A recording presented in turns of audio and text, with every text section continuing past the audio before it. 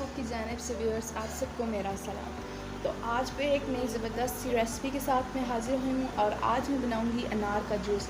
अनार का सीज़न है और अनार वफ़र मकदार में बाज़ार है, तो आप अनार का जूस ज़्यादा से ज़्यादा पिए। जिनका मुँह खुश्क हो जाता है, गर्मी है, खून की कमी है, उन्हें चाहिए कि अनार का जूस पिएँ। इससे वो बहुत ही ज़्यादा फ्रेश फ़ील करेंगे। और ये है कि जिनको खून की कमी है उनके लिए तो बहुत ज़्यादा कहा जाता है कि वो अनार का जूस इस्तेमाल करें। तो इंशाल्लाह साथ साथ बेनिफिट्स भी बताऊंगी और हदीस का भी ज़िक्र करूंगी। तो सबसे पहले यहाँ पर मैंने एक अनार काटा है, तो इस तरीके से हमने यहाँ पर इसको उतार लेना है ऊपर से, और अनार को इस तरीके से कट करने के बाद हम सारे दाने एक बाउल के अंदर निकाल लेते हैं। यहाँ पर मैंने दाने निकाले हैं तीनों अनार के।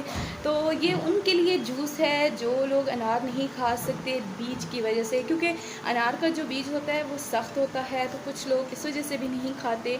तो ये जूस पिए उनके लिए फ़ायदा होगा इंशाल्लाह। और इस तरीके से वो अनार से जो विटामिन लेना चाहते हैं वो ले सकते हैं। तो सबसे पहले चाहिए यहाँ पर हमें एक जूसर। तो यहाँ पर मैंने ले लिया है एक जूसर और उसके अंदर मैं अनार के दाने डालूँगी।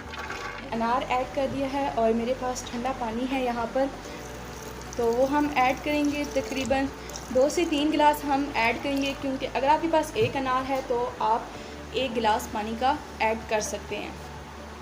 तो अनार के अंदर खट्टे भी दाने होते हैं और मीठे भी होते हैं, इसलिए हम इसके अंदर शुगर ऐड करेंगे। तो आप अगर ज़्यादा मीठा पसंद करते हैं मशरूबात में तो आप ज़्यादा डाल सकते हैं। मैं यहाँ पर सिर्फ 2 टेबल स्पून ऐड कर रही हूँ, जो इसके अंदर खटासपन ज़्यादा होती है वो कम हो जाएगी। तो साथ ही इसके अंदर हम थोड़ा सा नमक ऐड करेंगे। यहाँ पे मेरे पास ये नमक है। अब हम इसको अच्छी तरीके से ब्लेंड कर लेंगे।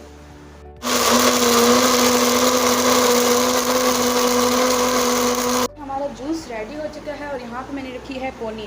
तो हमने अब जूस पुन लेना है। बीज होते हैं वो तो इसके पहले ही नीचे बैठ जाते हैं, और तो इसको अच्छी तरीके से अब हम पुन लेंगे। साथ साथ मैं इसको आपके बताती हूँ कि इसके अंदर क्या क्या होता है।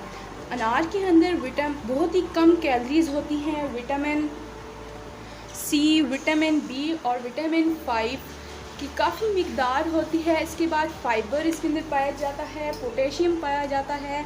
बहुत ही जो लोग जिल्द की वजह से परेशान हैं, जिनकी जिल्द रूखी रूखी रहती है और चमक नहीं आती उसके अंदर, और एक सॉफ्ट पन सा जिनकी जिल्द के अंदर नहीं आता, उनके लिए ये जूस बहुत ही ज़्यादा फ़ायदेमंद है। अगर वो ये जूस इस्तेमाल करें तो वो हमेशा जवान रहेंगे और हमेशा उनकी जिल्द तरोताज़ा रहेगी, कभी भी खुश्की की महसूस नहीं होगी।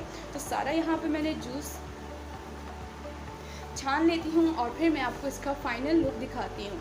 यहाँ पर हमारा जूस मुकम्मल तौर पर रेडी हो चुका है और किस तरह इसका रंग है, बिल्कुल रेड सही जिस तरह हमें बाज़ार में मिलता है।